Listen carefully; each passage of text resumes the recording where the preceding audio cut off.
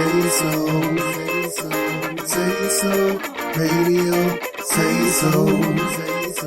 SaySoRadio. What you say, who the hottest on the airwaves? SaySoRadio, shutting down the hearsay. Who provided the hottest topics on the streets? Got the market talking about it from the DM to the V. Pass the matrix round the table like a hot potato. Step to the mic and don't let it go until you say so. And give the credit where it's due. WLVS, nothing but the truth. SaySoRadio. SaySoRadio.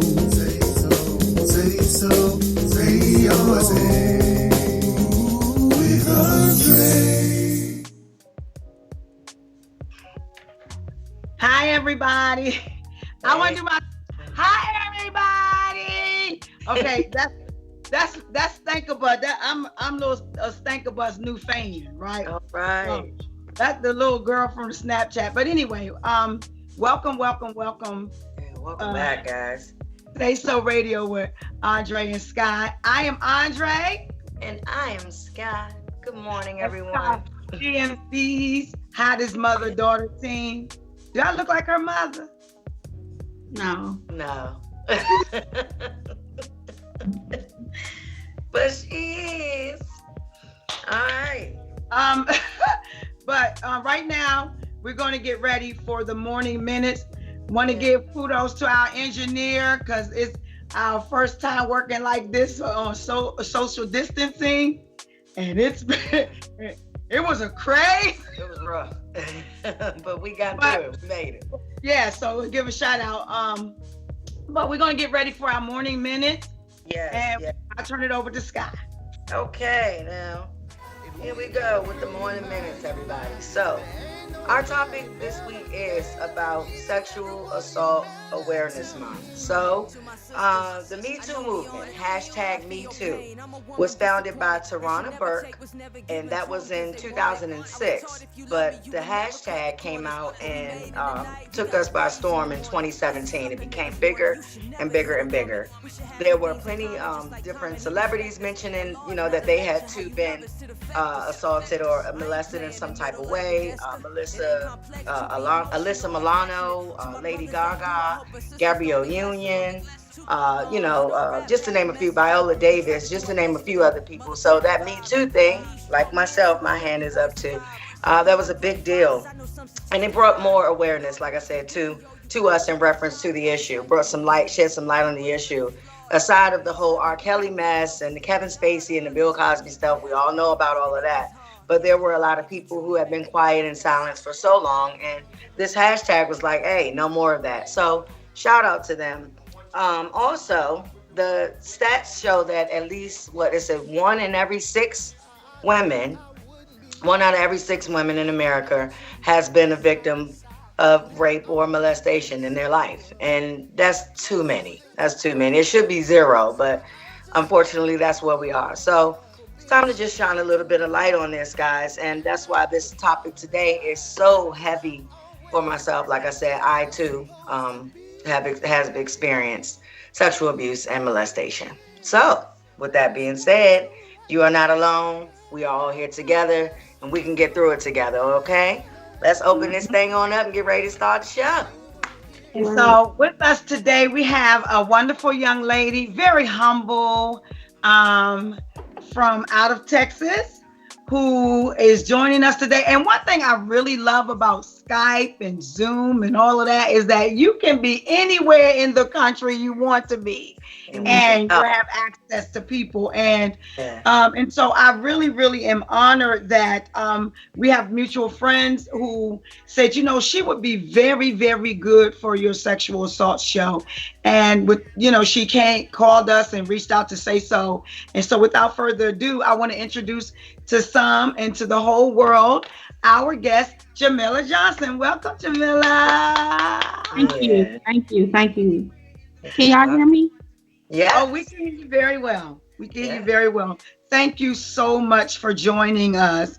This is Sexual Assault Month, and we know that this could be a very touchy, trying time for survivors. Because I don't want to say victims. I want to say that we're here today because we are survivors. Yes. reaching out to other victims to help them to become survivors. Tell us a little bit about Jamila and your story. No problem. Well, my name is Jamila Johnson, and I just first want to give glory and honor to God for allowing me to even be a part of this show. Also, being able to still be alive, even being a victim of sexual abuse. But I just want to share a little bit about my story. I was sexually abused at the age of 12, and it went on for about like a year and a half. And when I didn't have my biological father in the home, so my mom got married to her husband. So he took me in his family. We took him in, as family. But I had no idea that he would do such a thing to hurt me. And one thing that I just want to encourage everybody who has been sexually abused is to share your story, talk about it, to others. The enemy wants to, he wants you to keep it in and bottle in. He wants you to keep a closed mouth. But I'm here and I want to encourage everyone that is on this live show to talk about it. The scripture in the Bible says that we overcome by the blood of the Lamb and sharing our testimony. So, if you keep your mouth shut, then you will not be able to even start your healing process, because you're always in the mindset of, woe is me. Why did it happen to me? Why not you? And one thing that I often realize, over time is that God gives his strongest battles to his strongest ones. So why not you? Why not me? Why not God? Why not? And you can overcome it. You can definitely overcome it. Also, I did speak on it, but I told a couple of people, but I didn't really tell like the law until I was like 17. I had to use wisdom, because I was 12. I didn't want to go into a little girl's home. I didn't want to do all that. And my mom told me, she was like, well, if you tell it, they may take you from me, that sort of thing. So I kept it in. But one thing I did do was tell it at the age of 17. Once I was able to escape, I was old enough. But I just encourage everyone not to even wait that long. The God, one thing I want y'all to understand is that God is with you wherever you go. So even if it does happen, don't close your mouth on it. Speak up on it. Yes. I met one of my daughters. Some of you know that I am a former foster parent, and one of my daughters had went into foster care. And I hopefully she'll call the station. And she went from home to home, but even when she was taken from her mother and went into a home where she was physically abused and sexually abused, she ended up still going to other homes where she was constantly sexually abused. So much so to the point where she just started saying, you know what, forget it. I'm just not saying nothing. Because it didn't seem like there were any safety nets for her. The system that was supposed to care for her actually failed her. Too often. Yeah. When you began to speak about your story, how did it affect the family dynamic? Wow, good question. So, I did tell my mother. She was one of the ones that I told first. And it was kept in because she asked me, do you want me to call 911 on him? Well, my mom hadn't been married that long. So I still wanted to please my mom and my mom to be happy. So I just kind of put myself on a back burner, and I really felt as if I should have said something, but, I'm just glad that the Lord, kept it, how it was kept for whatever reason. Only he knows. But it was kind of like a dent in our home, because of it. I wasn't one to be rebellious, but every time that something occurred, he would make it seem like to my mom that I was being rebellious towards him. But anybody that knew me knew that I wasn't a rebellious child. So he wanted to turn my mom against me, how I felt. But I just thank God that in some cases my mom didn't do it. Now, I wonder why she didn't take it upon herself to turn her husband in. That's one thing that really bothered me. That was one thing that was very painful because anytime that I've talked about my story to someone else that may not have gone down that road, initially they'll be like, man, I'll be in jail.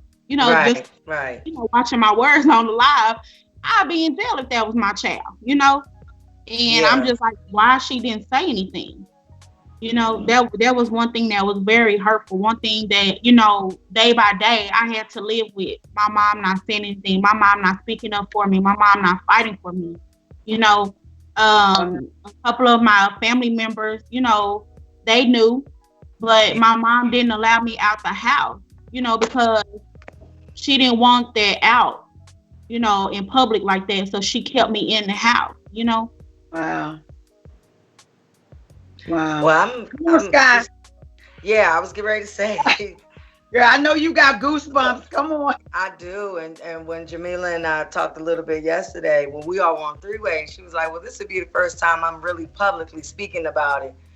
You are awesome, baby. You are awesome. Because what it took you, I guess you said, 5 years to actually, let somebody know. It took me 20.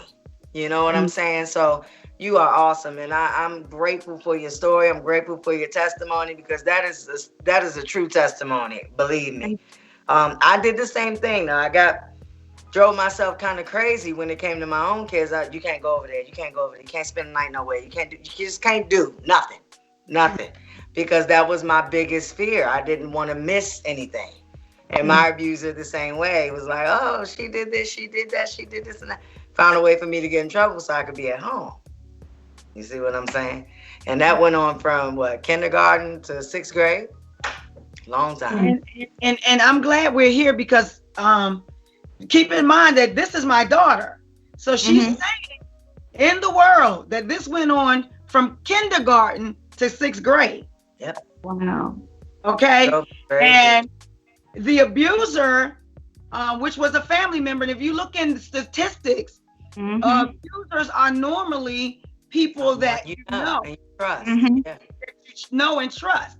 And because I knew and trusted this person, they would always say, well, you know what, so-and-so did that. And I'm like, Danisha, da-da-da-da-da-da-da-da-da-da. So she has to stay home and be punished for what she never really did.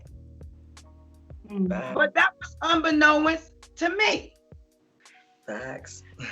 See? And so it's amazing. And so then when Sky had her own kids, trust and believe. Let me see something. It was like horrible. This. It was horrible. I understand it. I'm talking, when I say tight rein, ain't no sleepovers if she ain't having them. Yeah. But what it did for her was it heightened her discernment.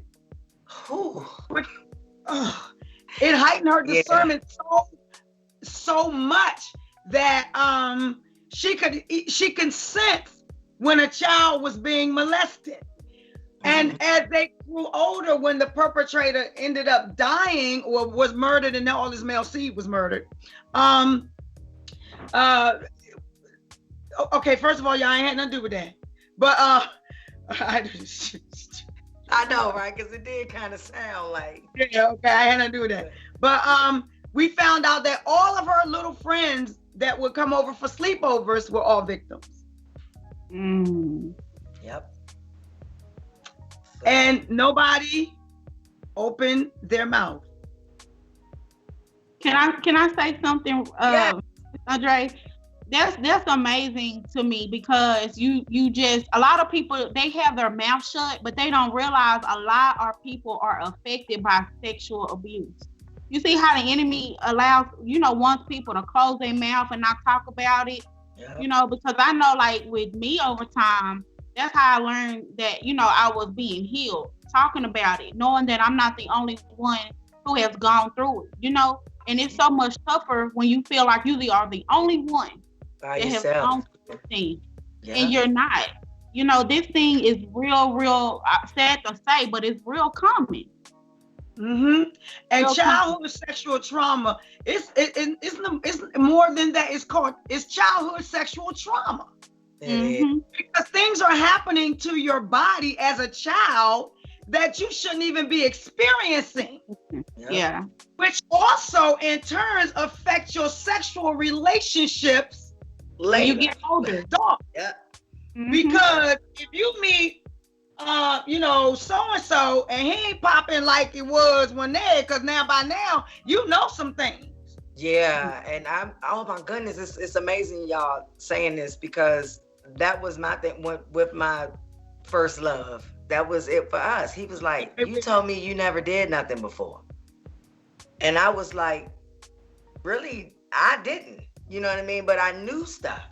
And he was instantly like, nah, something ain't right, because we both supposed to be virgins. So imagine how embarrassed I was. Like, he's like, you told me you never did anything. And I guess to him, it's like, hold on, this chick a little bit too experienced. What's going on here? And I was so embarrassed. And it made me uncomfortable about, sex for a very, very long time. I mean, years. I would have to get super drunk just to do it. I had to. I'm serious. But because think about it, kindergarten, by the time you're in 6th grade, hell, you're damn pro. Really? Pretty much. Really? And then you gotta, and then not only that, you gotta be around somebody that could actually damn near relate, because if they can't, you can't even satisfy me in an area, because I'm way past that now. I've been traumatized. And then my thought process is not on a little kid. Even though I have this body, I don't feel like that, because you made my body release things that wasn't supposed to be released. I was supposed to be enjoying doll babies and hopscotch and jump rope. And now I'm in the bathroom now, sometimes playing with myself and doing this, because now I'm trying to get what you gave me. You see, this is where I've been through sexual trauma. And then for me, and then I remember one time getting assaulted, and I said something, and the guy told my brother, "Oh, she wanted it." I heard them stories before too. Yeah. Yeah. Imagine that. And those feelings, and then becoming an alcoholic and becoming a drug addict and stuff like that. Thank God for 28 years of clean recovery. Thank God for that. Yeah. But I'm just saying, going through all of those things because of those ugly, nasty feelings of I don't belong or something's wrong, or, and thank God for God, because he don't make no mistakes, and because all things work together, and because I didn't know that this was happening for me. I kept thinking it was happening to me. Yeah. And so today we're able to talk about it, and it no longer hurts me like it did before. That's when you really be coming to a place of healing. Come on. Okay. Yes. That thing got deep for a minute. Yeah. Right. But that's what we do. That's what we do. And this, again, like I said, this may be helping a lot of other young women who are watching, who never, shared, never wanted to share, never told, all of that stuff. I encourage people to tell somebody. Definitely. You guys can call in at 301-442-1716. That's my favorite color. Our engineer got them colors up in there, boy. I'm like, that's pretty. That's real pretty. That's my favorite colors right up there. But anyway, after telling and getting all of it out, and eventually growing up and living with it, and getting through it, where are you today? How do you feel about everything that happened back then? How do you feel about that today? Like, what are your views on it? Well, today, first of all, all I can really say is that, I'm grateful that even though I went through it, I did not allow it to affect me in areas that other people have allowed it to affect them. Yes. I've often wondered, Lord, what kind of purpose did you have out of that, being sexually abused? Now, that's an ugly thing, but what good thing can come out of that? Yes. It's just one, you get closer, with God. Some people turned away from God, but I learned how to turn to God, back then, I was upset, I was angry, and I'm not gonna lie, I'm gonna be transparent. I turned to marijuana, and I smoked it very heavily. I don't feel like no one could beat me smoking marijuana. I woke up, I had sex with smoking marijuana, I went to bed with it. I just don't feel like no one could beat me at it. But Girl, you ain't been to DC yet. That's what it is. You ain't been to DC. I can't wait till this over. Maybe she can come. That would be great. Yeah. That's one thing that I turned to, with marijuana, even through that time. But I had to learn how to get out of that, because I was still hurt. I still feel empty. I always had questions why. And so one thing that I learned to do is start doing something that I like to do to kind of channel that frustration, that hurt. Because I'm just going to be honest with you. Me and my big sister, we plotted, period. We plotted, and we was going to go in. But I just thank God for people that, mentored me and who looked out for me, even though they didn't tell it because they didn't want to get in the middle of it. But they still guided me on, hey, let God fight that battle. Even though I didn't want to, I wanted to take matters in my own hand, but let God fight that battle. Yeah. It was worth it. Because guess what? The battle is not yours. Right. That's the truth. Right. And listen, plotted, thinking about plotted, it reminds me of my late nepson and Sky, right? I call them freaking frat peas in the pod, right? Those two was always in cahoots together because he too was a victim of the same person. And it's always you be surprised at what the mind is capable of doing. Yeah.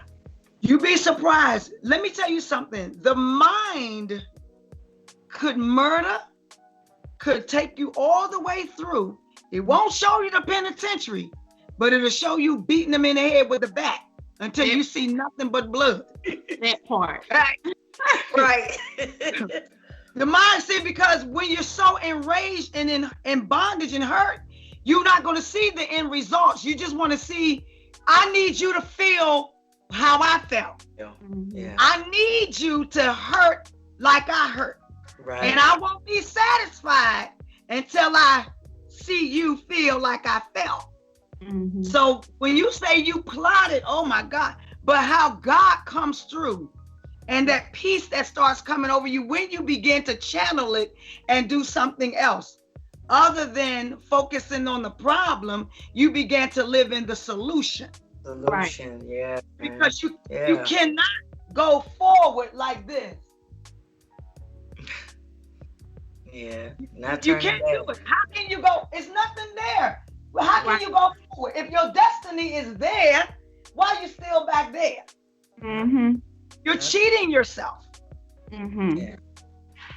So what did you do? You said you start channeling and everything. So we want to talk about the Jamila today. Yeah, so another thing that I also want to say that if you are a victim of sexual abuse, it's not your fault. But the healing lies in your hand. See, a lot of times the abuser is moved on.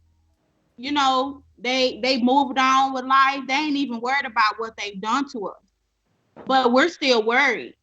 But one thing I just want to encourage y'all is that I like to journal, right? Yes, I've carried this baggage along with me to about 20. Well, really, it was past 20. But I got married at the age of 20 with baggage. Oh, my gosh. Right. But, one thing I just want to say is that I didn't turn to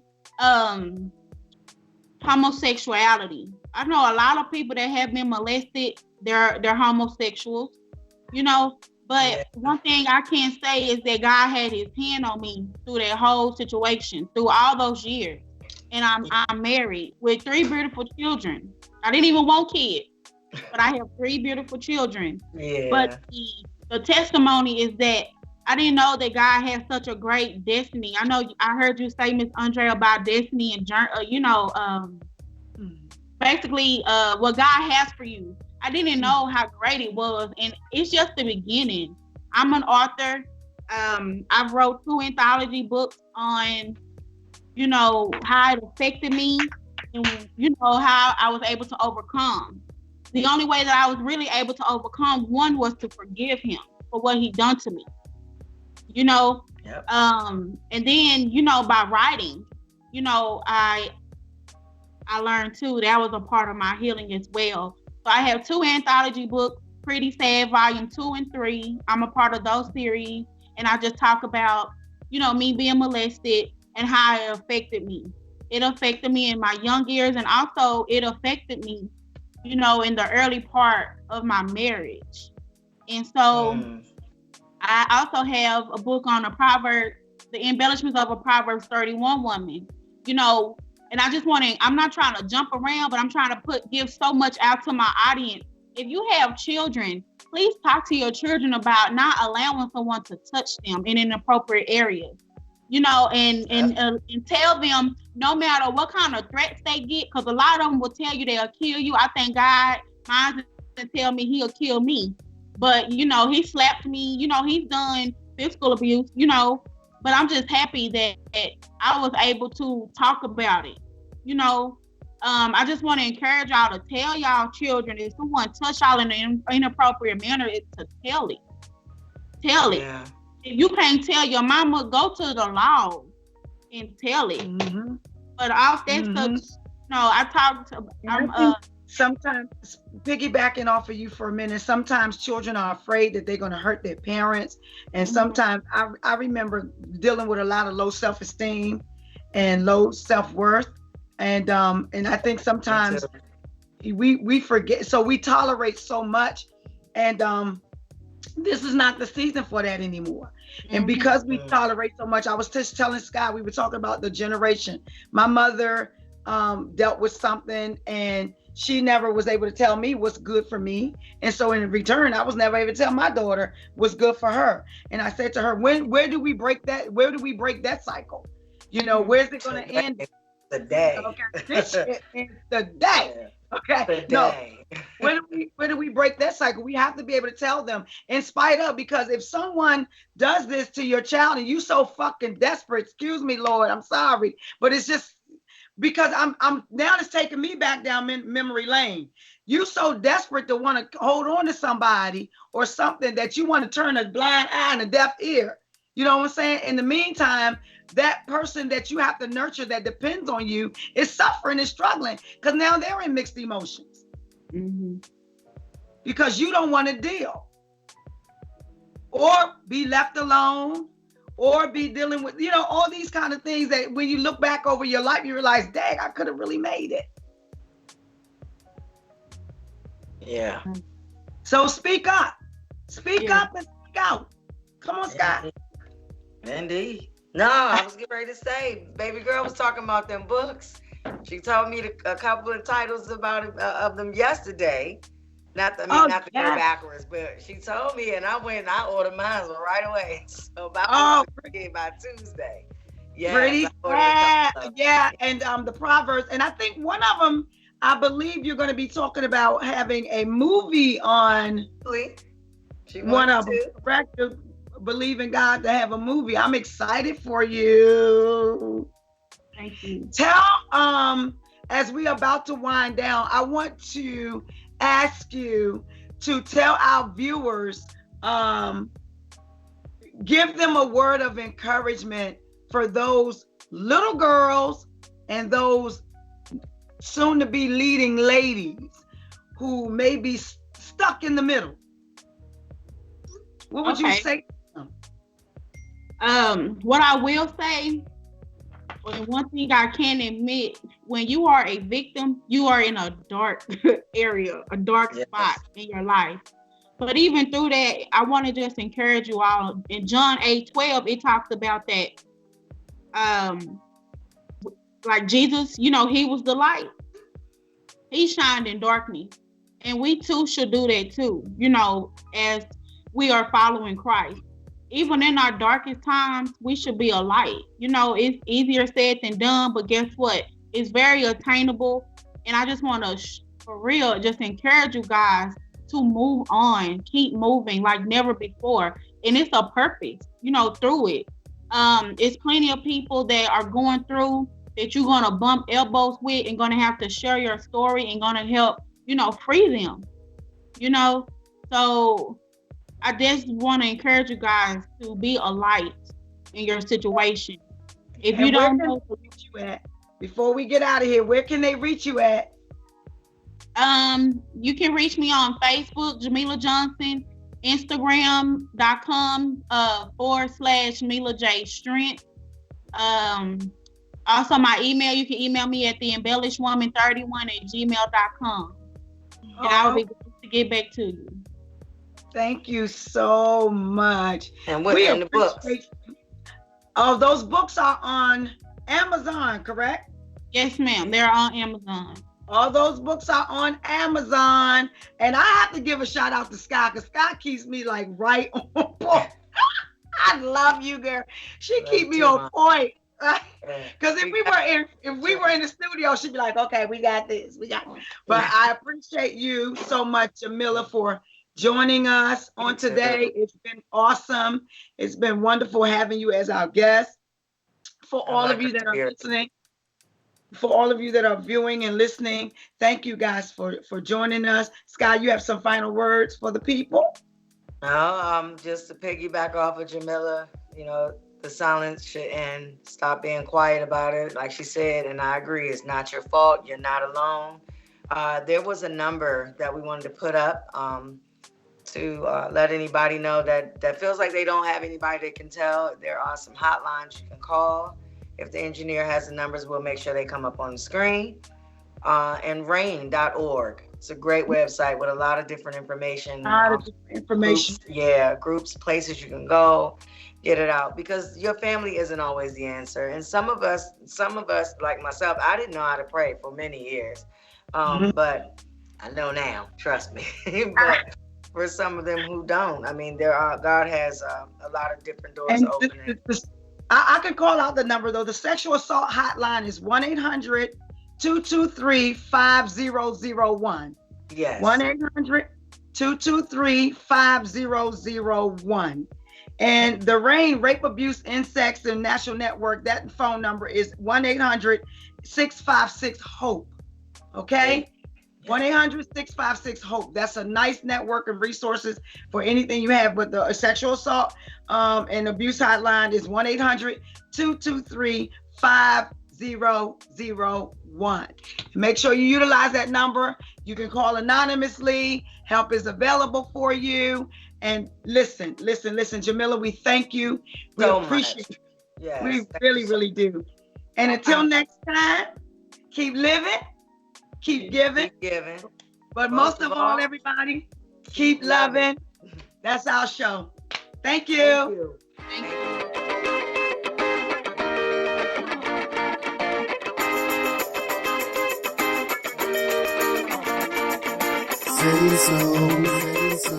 Say so, radio. Say so, radio. What you say, who the hottest on the airwaves? Say so radio, shutting down the hearsay. Who provided the hottest topics on the streets? Got the market talking about it from the DM to the V. Pass the matrix round the table like a hot potato. Step to the mic and don't let it go until you say so. And give the credit where it's due. WLVS, nothing but the truth. Say so, radio.